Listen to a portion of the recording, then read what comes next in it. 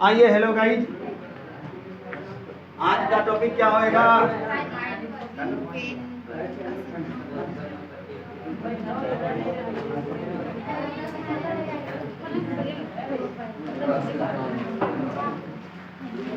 चलिए, क्या है हार्डी वेनबर्ग का सिद्धांत? देखो, चैप्टर नोट्स आता है। चैप्टर क्या है? विकास। इसका भी सिद्धांत किस पर होगा? जो भी चीज बोलेगा वो किस पर बोलेगा?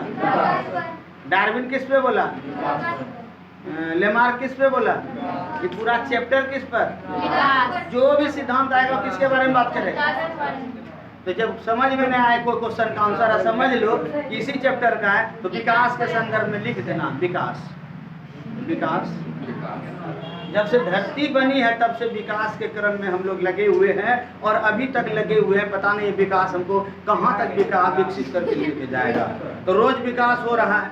आज वो विकास हुआ, कल ये विकास हुआ, कल रोड बना, आज नाली बना, कल सब विकास हो रहा है। हम लोग लंबे लंबे हुए थे, विकास हुआ। अब जो विकास होकर के थोड़ा छोटे छोटे हो रहे। हम लोग जो है चारों पर चलते थे, अब दो लोग चलते हैं, लेकिन नेचर अंदर में वही चारों वाला है। बुझिए बात को। हार्डी वेनबर्ग ने दो वैज्ञानिक है, हार्डी और वेनबर्ग, इन्होंने भी एक सिद्धांत दिया था किस पर? विकास पर। और क्या सिद्धांत दिया? छोटा ऐसा है, समझ जाइएगा, लिख लीजिए। और एक सूत्र पढ़े ना तुम लोग, ए प्लस बी का होल स्क्वायर। होल नहीं होता है, होल स्क्वायर होता है ना, उसी का इस्तेमाल थोड़ा सा यहाँ करेंगे। चलिए आगे बढ़ जाए।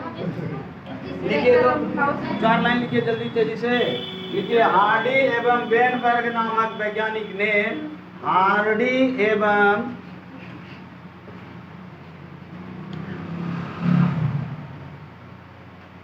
वेनबर्ग नामक वैज्ञानिक ने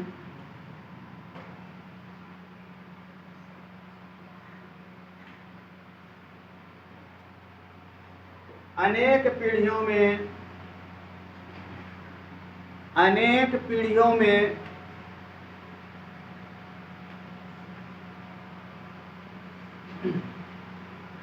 जीन के सांख्यिकी विश्लेषण के आधार पर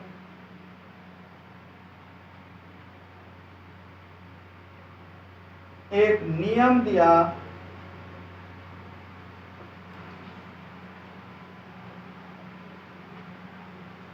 जिसे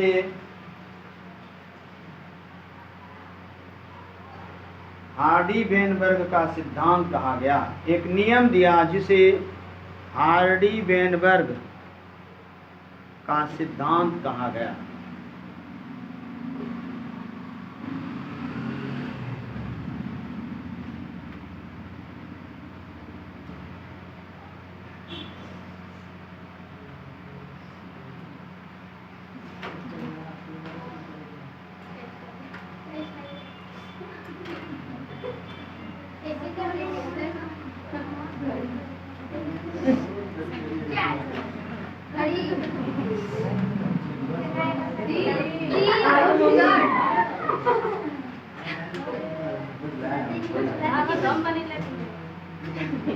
सर ये दोनों अलग अलग वैज्ञानिक हैं। हाँ, हार्डी और वेनबर्ग नहीं, और सब कम लो।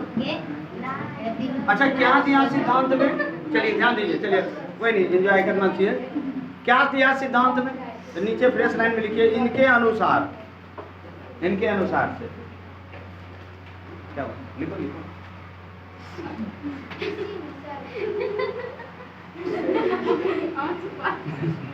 कोई बात नहीं होता है।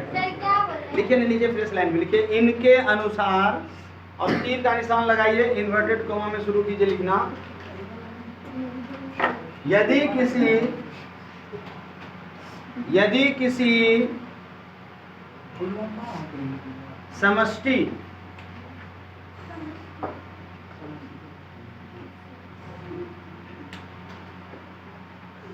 समष्टि का मतलब होता है पॉपुलेशन, जनसंख्या, ठीक है।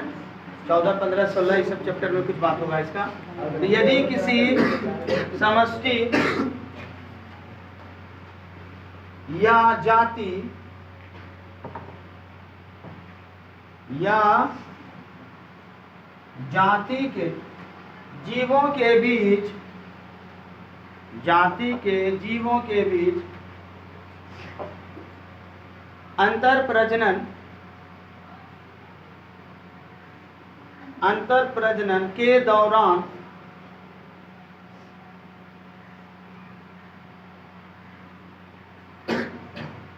मिलन अनियमित रूप से हो, मिलन अनियमित रूप से हो और उत्परिवर्तन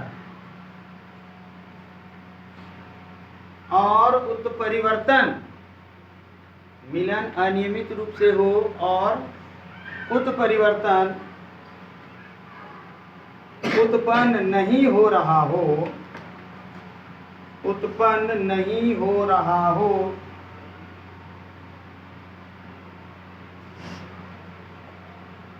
तथा समष्टि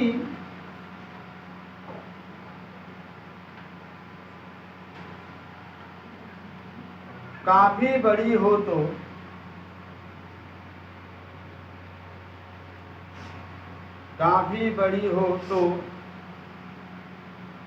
उस समष्टि की जीन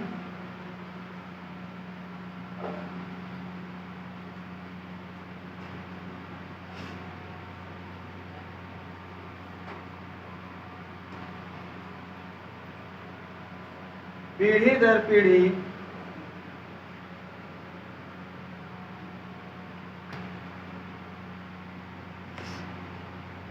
स्थिर रहती है।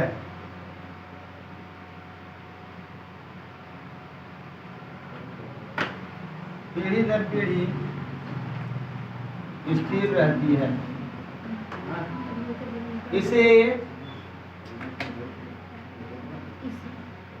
इसे इन्वर्टेड कॉमा में आनुवांशिकीय संतुलन का नियम, इसे आनुवांशिकीय इन्वर्टेड कॉमा लिखिएगा, आनुवांशिकीय संतुलन का नियम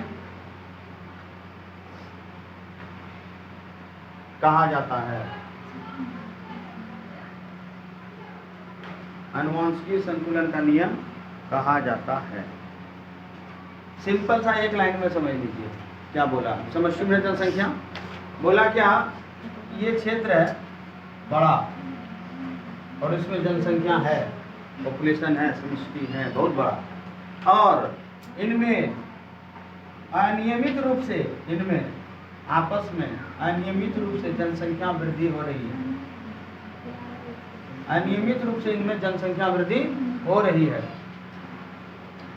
लेकिन ध्यान ये रखना है कि इनमें जो जनसंख्या वृद्धि हो रही है, इनके जीन में एक चीज नहीं हो रहा है। क्या नहीं हो रहा है?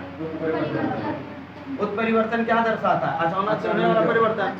अब बताओ जरा, इस क्षेत्र में जनसंख्या वृद्धि हो रही है और उत्परिवर्तन नहीं हो रहा है, तो दिमाग लगाओ कि इसमें किसी भी जीव में कोई परिवर्तन दिखाई देगा?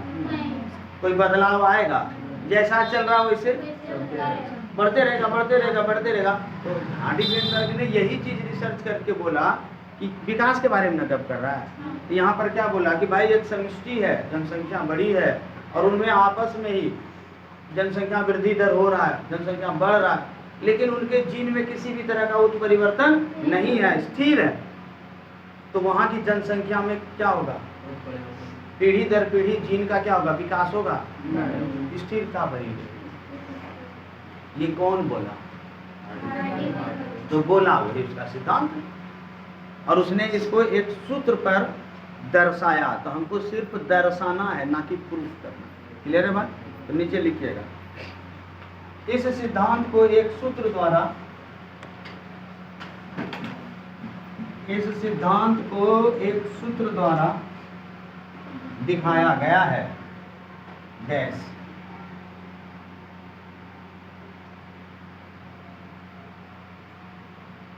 P प्लस Q बराबर 1। नीचे फ्रेश लाइन में लिखिएगा, P प्लस Q बराबर 1।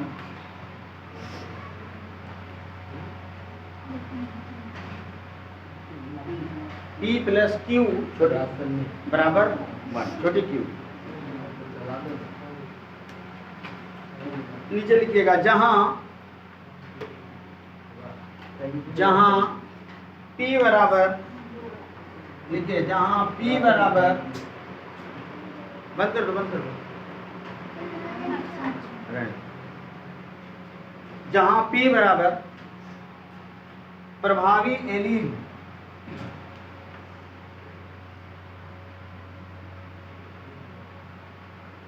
आवृत्ति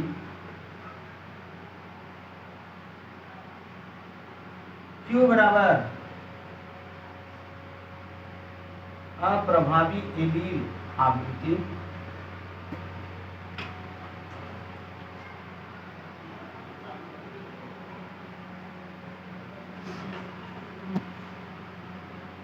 P को क्या माना? प्रभावी एलील, ये सब पढ़े हो मेंडल वाले में। और Q को क्या माना? प्रभावी एलील। अब दोनों तरफ अगर वर्ग कर दिए, स्क्वायर लगा देंगे तो क्या होगा? तो नीचे लिखना द्विपदीय विस्तार,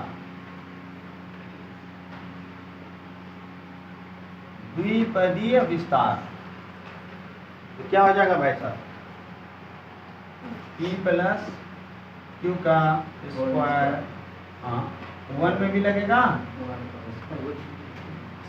तो क्या बनेगा फॉर्मूला इसका? B स्क्वायर ये ना बराबर इधर ना होगा, इतना लिखिए।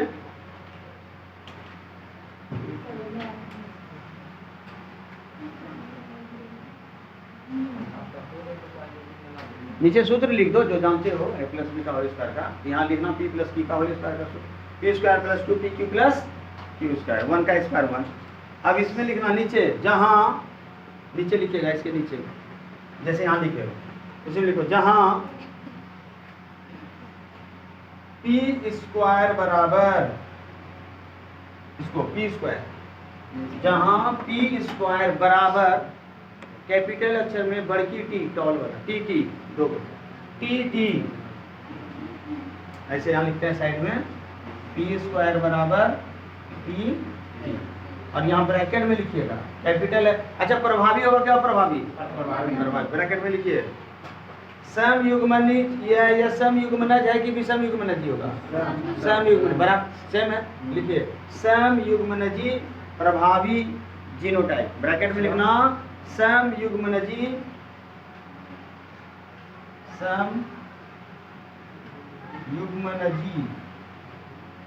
प्रभावी जीनो, नीचे लिखिएगा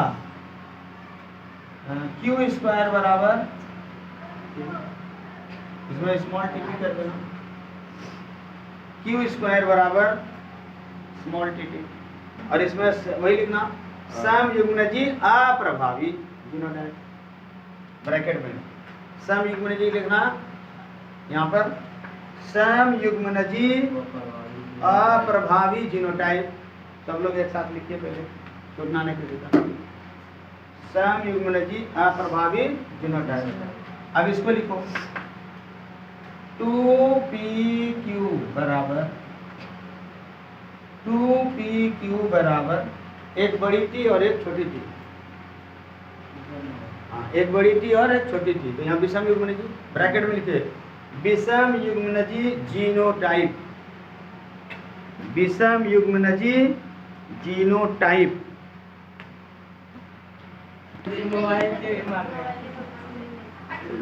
तो यहाँ तक हो गया हमारा हार्डी-वेनबर्ग का सिद्धांत खत्म। आइए आगे हेडिंग लगाइएगा, VVI शॉर्ट क्वेश्चन है, VVI अंतिम दौर में हम लोग चल रहे हैं। लिखिए अनुकूली विकिरण, अनुकूली विकिरण मानवता क्या क्या छोड़ दें? अच्छा ठीक है, लिखो पहले हेडिंग। अच्छा तुरंत छोड़ देते हैं, घंटा छोड़ रहे हैं।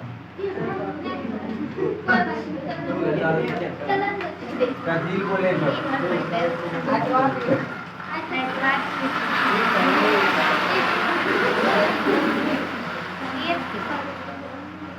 तुरंत इसको लिखो, 2 घंटा हम छोड़ रहे हैं। अनुकूली विकिरण, चलो अनुकूली विकिरण लिख लेंगे, छोटा है, इसके बाद कर लेंगे खत्म। इस पर क्वेश्चन आएगा, फिर भी आई कर दीजिए। अब पहले लिख लो थोड़ा सा, लिखिए डार्विन, लिखो फटाफट। डार्विन अपनी यात्रा के दौरान, डार्विन अपनी यात्रा के दौरान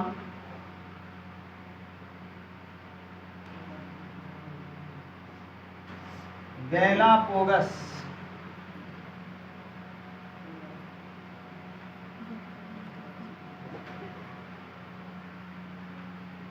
ब्रैकेट में लिख लो यह द्वीप कहाँ है। गैलापोगस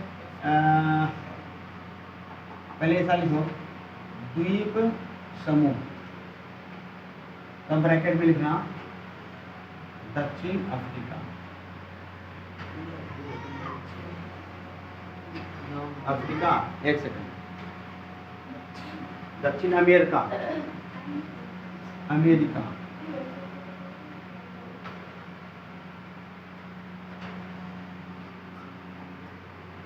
यह जो द्वीप था ना गैलापोगस, यहाँ क्या लिखा होगा, द्वीप समूह, समूह मतलब गुच्छा, यानी बहुत सारे द्वीप होंगे, लगभग 22 द्वीप मिल करके गैलापोगस द्वीप को, मैंने गैलापोगस द्वीप में कितने द्वीप, 22 द्वीप मिला था। और इस सभी जगह यह भ्रमण किया था कौन, डार्विन। कौन से जहाज से, HMS बिगर, पानी वाला जहाज था, हवाई जहाज नहीं था उस टाइम में, पानी वाला जहाज, सब याद रखिएगा।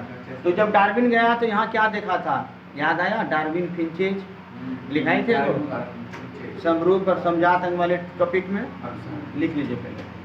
हाँ तो क्या लिखे, गैलापोगस द्वीप समूह ब्रैकेट में, कहाँ ये, दक्षिण अमेरिका, ब्रैकेट बंद, पर एक काली छोटी चिड़िया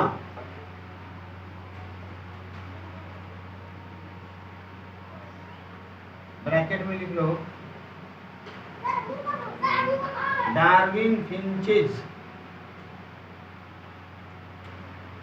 को देखा।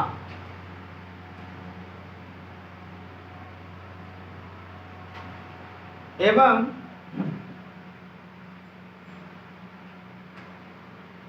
उन्होंने देखा कि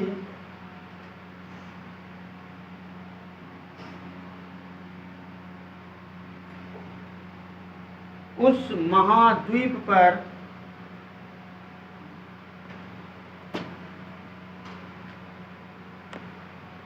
विभिन्न प्रकार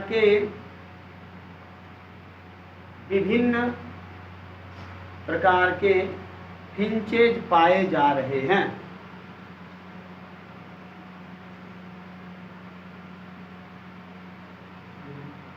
विभिन्न प्रकार के फिंचेज पाए जा रहे हैं।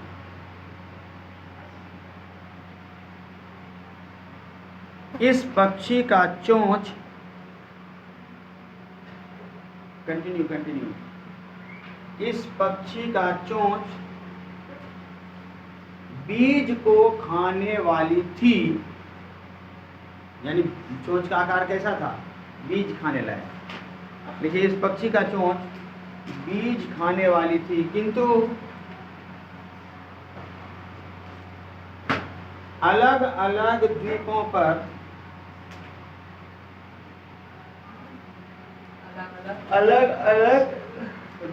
पर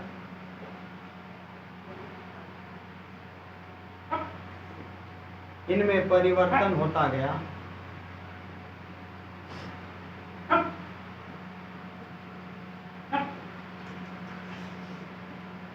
और ये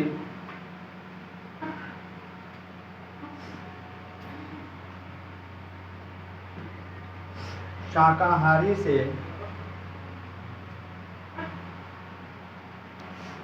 कीटभक्षी, शाकाहारी से, और ये शाकाहारी से कीटभक्षी हो गई।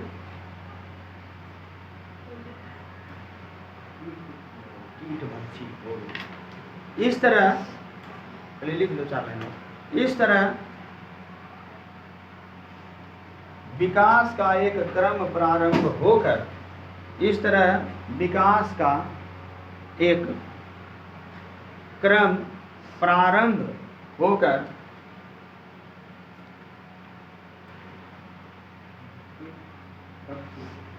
अन्य द्वीपों तक फैल गया।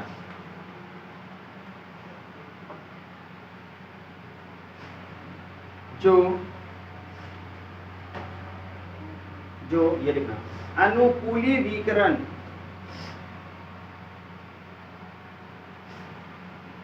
ब्रैकेट में अपसारी विकास, अनुकूली विकिरण ब्रैकेट में अपसारी विकास, याद रखना है इसको, को दर्शाता है, अपसारी विकास को दर्शाता है और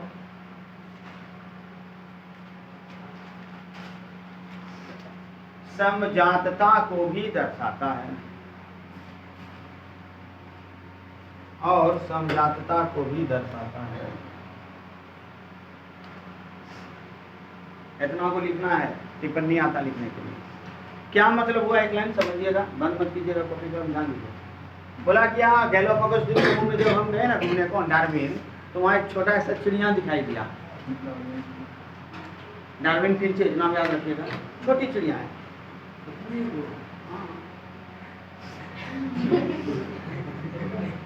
माइक्रोस्कोप से देखते हैं कुछ, और छोटा चिड़िया इतनी चिड़िया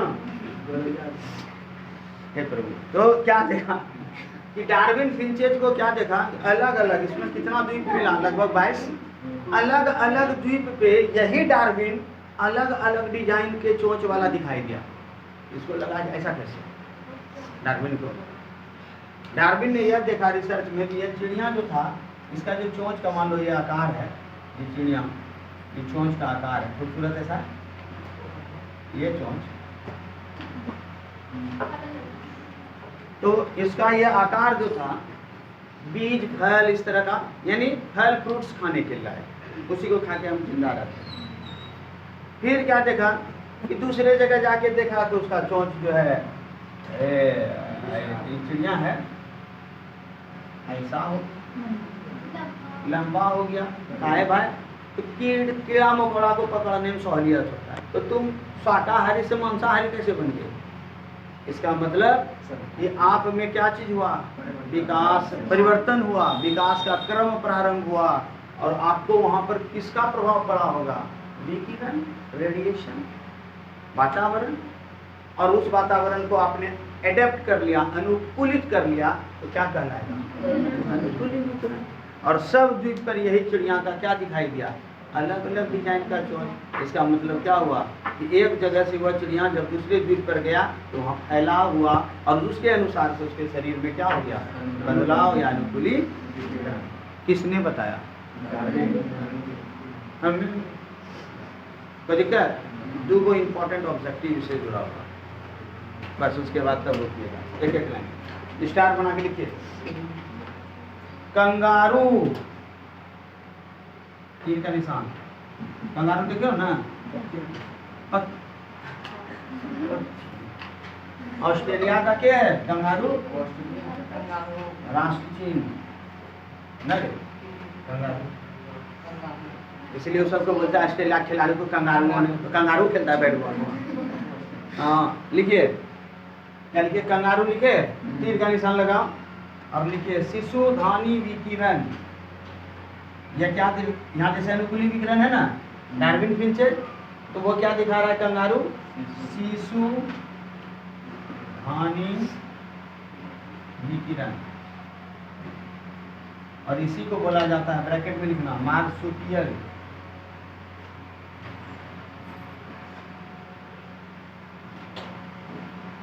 कंगारू को देखे, कंगारू ऐसे होता है ना, और यहाँ पर एक थैली होता है, उसमें दो बुतरू, तो वो क्या रहता है, अलग से उसको थैला बना दिया भगवान ने, ले उसे ज्वाइंट रहता है ना, इसको दिखाता है वो शिशुधानी, वही है शिशुधानी मार्सुपियल बोलते हैं। एक और पॉइंट लिखिए, ऑब्जेक्टिव के ख्याल से याद रखना। एक और लिखिए, अपरा स्तनीय, वैसा जीव जिसमें अपरा हो, अपरा सब रख लेना। स्तनीय अनुकूली विकिरण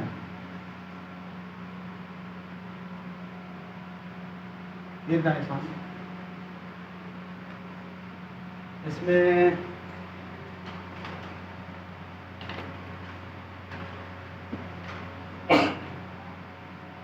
यहाँ लिख दो तो ऐसा नहीं। उत्पत्ति, दीर्घ उत्पत्ति और लिखना ब्रैकेट में अफ्रीका, अफ्रीका से, अफ्रीका से। और यह कहाँ था? ऑस्ट्रेलिया।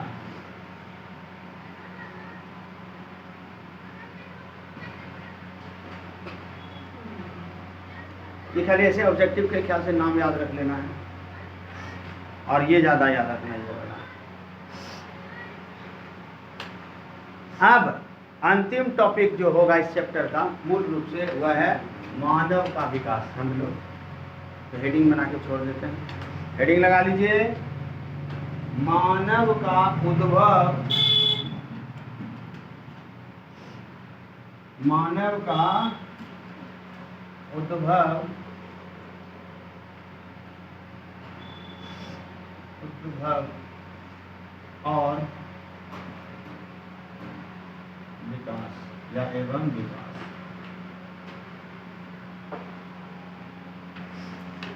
तो ये होगा।